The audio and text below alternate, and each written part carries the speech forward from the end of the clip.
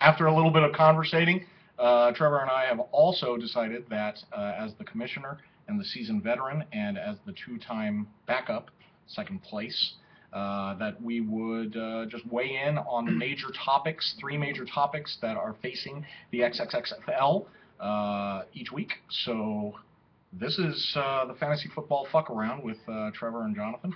It's uncharted territory. Completely and unscripted. But the first thing that we're going to be talking about, the biggest issue that's on the board, our league has gone from 6 players to 8 players to 10 players, and now this year 12 players. Well, it's really like it's 11 players, 12 teams. Steve is clearly.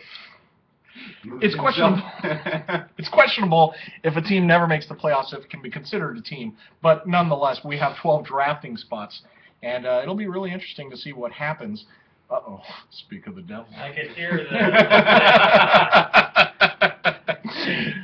it's going to be really interesting to see what happens when we have 11 guys drafting, and Haley as well. So 11 guys and one. It's going to be interesting to see what the effects will be on the league. What we do have this year is we have 2 rookies, relative rookies, Salo and Chris Bodziak. But Chris Bodziak was in the league before. He used to win the league or do very well in the league. He had a kid. And he had a kid. And that seems to be the thing that is kryptonite towards most fantasy football teams. What do you think the biggest impact will be for the draft this year as opposed to last year? This year to last year? Mm-hmm. I think that, we're used to drafting, you get the 10th pick and then you get the 11th. This year, it'd be the last pick in the draft. This year you get the 12th pick and the 13th, and you're moving back. Every round you've shifted, 2 to 4 picks each round. So no longer is the seventh round pick the 70th pick, it's the 80-something. And so that's, it's a difference. And there's no flex this year, so obviously that helps alleviate the differences. Well, and with a league this size that's already taking on 3 running backs and 3 wide receivers and 2 quarterbacks, it doesn't necessarily even make the top of the draft so important. It makes the middle and late rounds so important because at your 90th pick, you're still picking somebody that's going to be playing on your roster every single Sunday. And as we go deeper, that's just going to become more and more important. So it's very important to know who's going to be good and who's going to be bad, which kind of segues into our second portion of the fantasy football fuck around. And I'm going to toss it over to Trevor to talk about who he thinks might be somebody that you might want to lay off of. Now, mind you that this is pre-draft, and we're not going to let in on all the secrets, but obviously we're going to just keep the top 3 of who we think the bust might be, Trevor. Who do you think is going to be a bust? So John and I were coming up with our, kind of our topics for this conversation, and we said, well, breakouts and busts would be a good topic. So he's going to take the breakouts after that's done. So you may or may not get guys that he really thinks are breakouts. It'll just be, you have to read the situation. Same with me. So 3 busts. I think number 1, I'm going to go in order of which I think they will be picked. Rob Gronkowski is my first bust of the year. He had a great season that was highly weighted by touchdowns. And touchdowns from year to year varies. Yardage usually doesn't vary as much as touchdowns do. And I think that with Brandon Lloyd, that Gronkowski will potentially be not as valuable as last year per his ADP.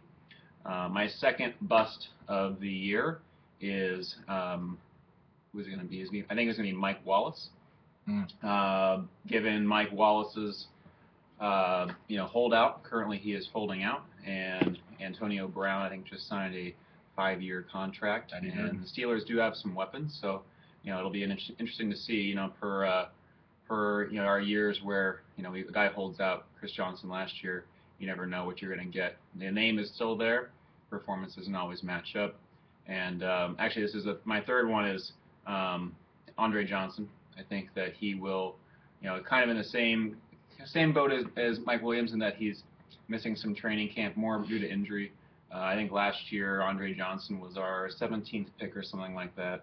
This year I would assume that he'll probably go anywhere between 15 and 25, and I think that if he's healthy, he'll be great, and if he's not healthy, then which he hasn't been the last 2 years, he could be, because I had him last year, I know, he could be a bust for for whoever gets them, but risk reward.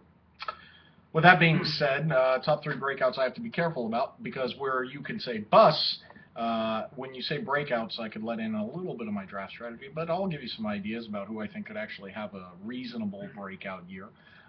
Somebody that's an athletic freak on a team that scores a lot and a team that can open it up, Stevan Ridley.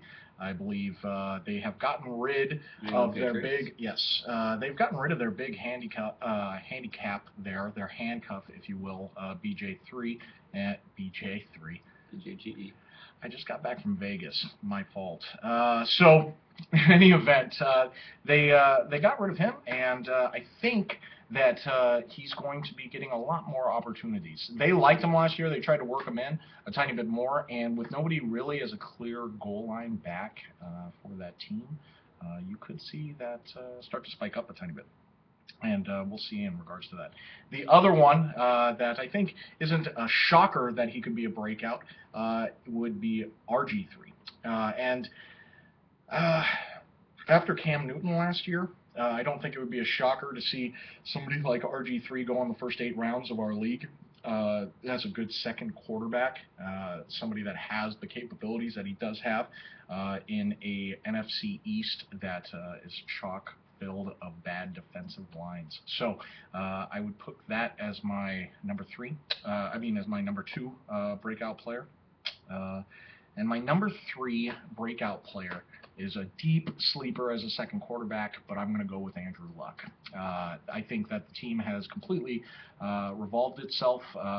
revolutionized itself, getting rid of Peyton Manning, and is going to be trying to appease fans. Mind you, they have a revamped offensive line. They went out and got a right tackle and a left guard. And I think that they're going to have a little bit more time to throw the ball. Nobody's really running the ball there. They've gotten rid of all the riffraff, and I believe that passing is still going to be a very important thing. You have Reggie Wayne still in that system, and I believe that's very important. No more Pierre Garçon.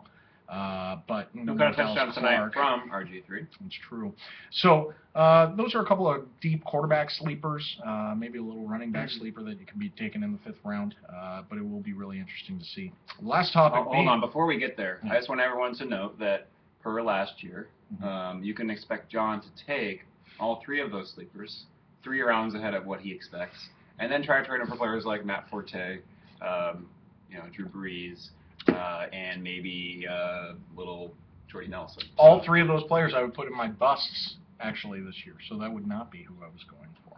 But, in any event, we need to talk about one more subject. We always cover It's actually subjects. 15 subjects. Yeah, it's 15 subjects, and that would be Jesse Fisher, who has won the league, but never... Asterisk. Never comes through with his bets. And I know, Jesse, that you can see this and you can watch this, but seriously, as a man, it's time to put your money where your mouth is, man. Put your balls on the table, etc. I understand that you're getting castrated because you're getting married soon, but seriously, man's got to fulfill his debts. And coming from a man, he didn't fulfill his debt for me last year. I think he wore his T-shirt 3 weeks, but it's cool. It's Jesse. Yeah, it is. Kind of expected.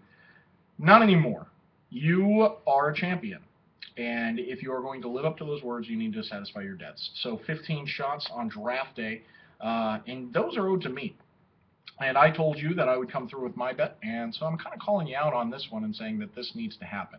You can come over midday if you want to start, but we need to see all 15 shots happening. Before draft pick numero uno. Yeah, and if you don't have 15 shots done by the time the draft is starting, and it comes to your pick, it's on auto draft, my friend. Yahoo. Until he finishes all his shots, I would presume. Absolutely. So if it's round 3 and he hasn't finished his shots yet, he's still on auto draft. Round 4, he finishes his shots, he could probably still make his pick. Yeah. So, and there's a little bit of strategy in that too. Do you want to be sober enough for the first few rounds? Who knows what you want to do, but it needs to happen. And whereas you said that you wanted to have whatever alcohol, that's fine as long as you're taking it by shots. It's got to be 40% like we had agreed upon. So, that being said, do you think Jesse will fulfill his shots bet? So, I would like to say yes, but there's nothing to say that it'll happen. It's like drafting Ryan Matthews in the first round. You want to say that it's going to work out, but you just know he's going to get injured, and it's not going to happen. And Jesse is our Ryan Matthews of the draft right now. He's, it is what it is. Jesse might be the Ryan Matthews of the draft. I think Jesse's the Plaxico Burress of the draft. He is the nugget that would go into a club with a gun in his pocket, start dancing around, and end up shooting himself in the leg. Watch it end. Anyway, guys, this was the fantasy football fuck around with the two faggots that you know as the commish, and I actually lost to Jesse. We will see you after the draft for the post-draft recap.